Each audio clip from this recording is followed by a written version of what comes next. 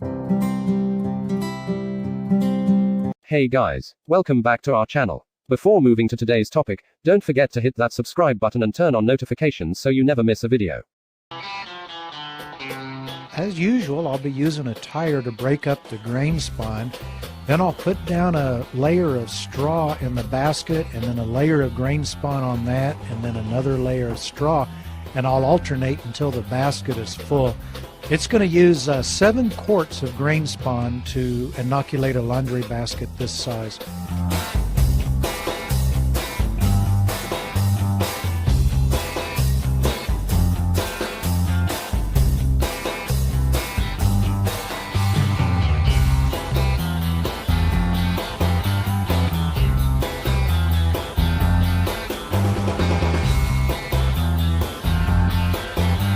It's a good idea to give at least 1 or 2 jars from each batch of your grain spine a good sniff before you use it.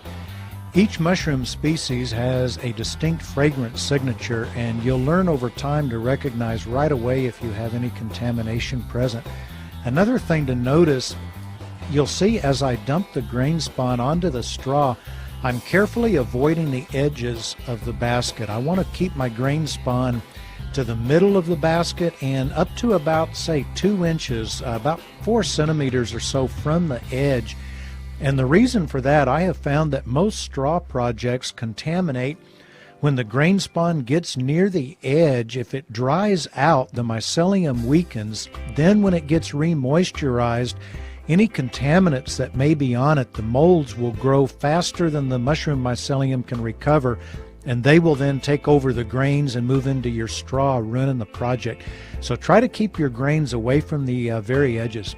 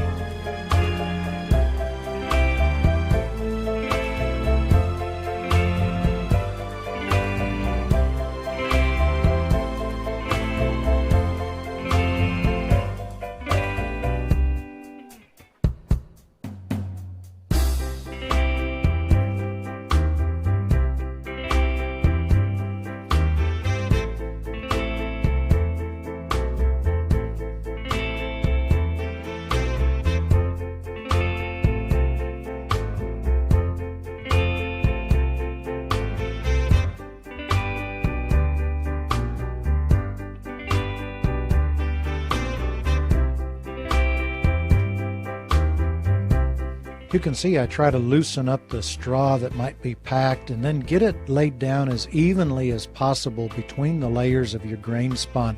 This helps it to colonize more evenly and faster and ensures that the entire basket is all colonized at the same time.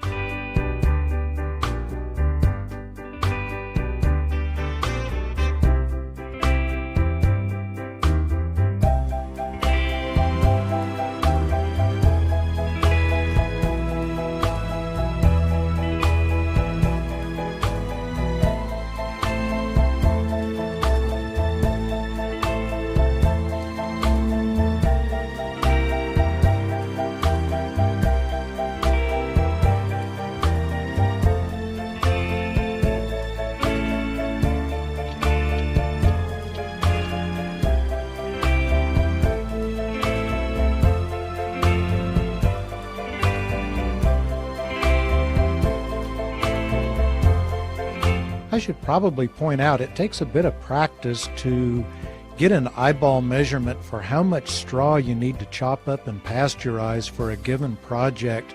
So don't feel bad your first few times if you're trying to fill a laundry basket and you get 2/3 or 3/4 full and run out, or you get it full and you have half the tote left over, because you do it by the eyeball method. But after a few times and a few projects, you'll amaze yourself with how accurately you'll be able to just look at a pile of straw and know how much you need to chop up for a given project.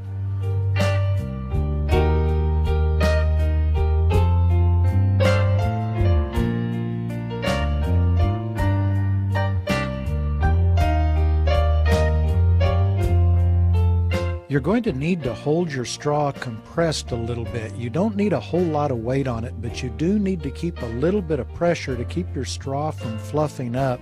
If it fluffs up, it makes it a lot harder for the mycelium to colonize, because the gaps between the pieces of straw are much greater and your mycelium has to go airborne to get across them. So put a little bit of weight, get imaginative, use whatever you have around the house. You can see here I've got a lid from a tote and a couple of rocks. The next thing you want to do is give the straw that is sticking out around the edges a bit of a haircut. And don't get too carried away, but the pieces that are sticking out a lot, go ahead and trim those off, because they're just going to wick moisture away. And as the final step, you need to control the amount of moisture that is going to be lost during colonization. So you can either wrap it in plastic. If you do that, make sure you have holes poked in the plastic, because you do need some gas exchange. I have one of these Rubbermaid totes with holes cut in it, and I simply drop the laundry basket down in that and put the lid on.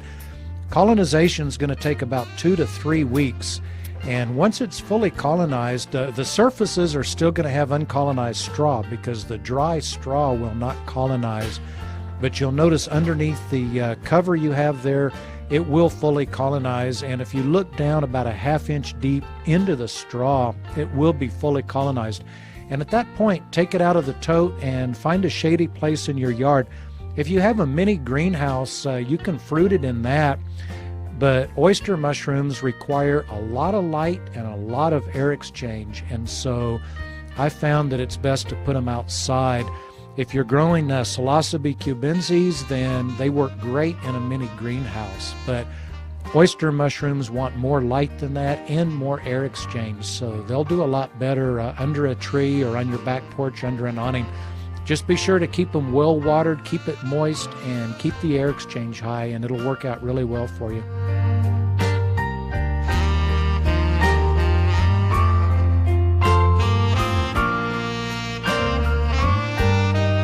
This next series of pictures was taken just before some of the early birds were harvested.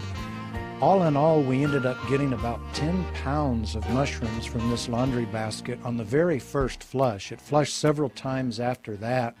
So in my area, good healthy oysters like these bring about $9 a pound at the grocery stores. So you're looking at $90 on about 50 cents worth of straw on the first flush alone. So if you wanted to play your cards right and grow these, you can certainly make some money on them. Otherwise, you can feed your family very well.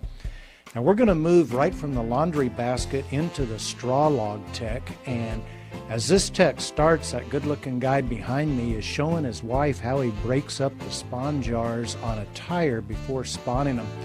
And Vivian here is going to help me hold the bag open and stuff as we make this straw log. So let's watch, and what you're going to see is going to be happening very fast, because it's not much different from the laundry basket tech or technique.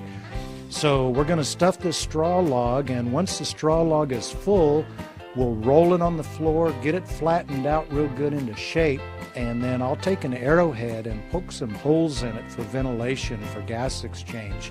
So let's watch.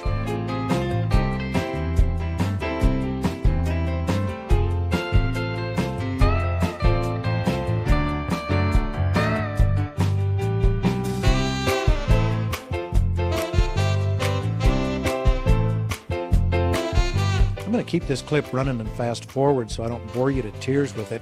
Now, as you see, the log is full. I'm going to go ahead and wrap tie wire around it, roll it on the floor to shape it, And then I'm going to wipe it down with alcohol before I poke the holes, and that's just to prevent my arrowhead from pushing any contaminants that might be on the surface of the plastic down into the log.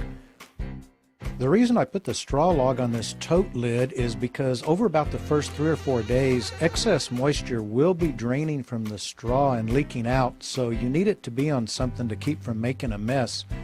Now with that in mind, you see I'm poking holes. You want to make sure you've got at least 1 row of holes on the very bottom to let this excess moisture get out, and then once or twice you'll need to tilt the lid and drain it so the log doesn't sit in that excess water.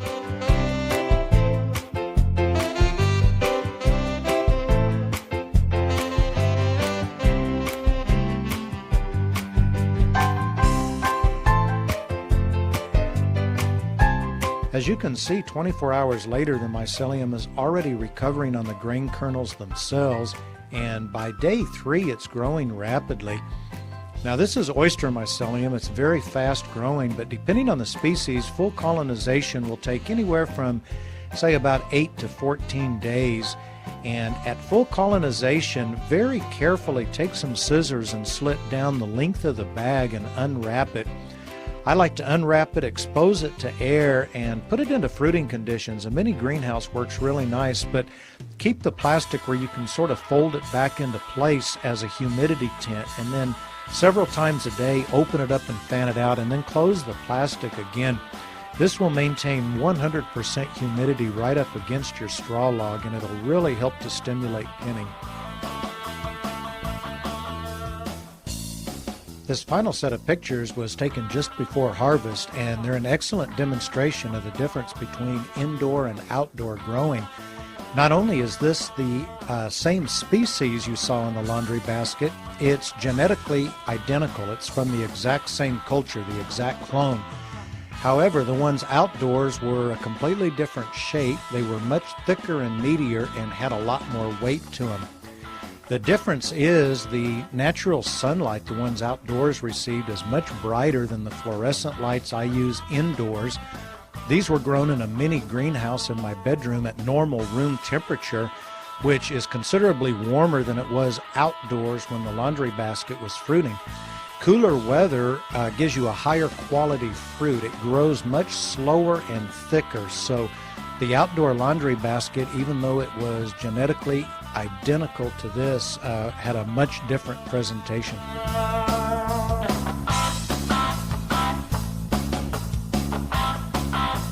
Finally, I'd like to close with this picture sent to me by a gentleman in the Netherlands. This is Psilocybe cubensis, the penis envy strain named for obvious reasons, and he found that it is also an excellent candidate for growing on straw logs. Good luck to you.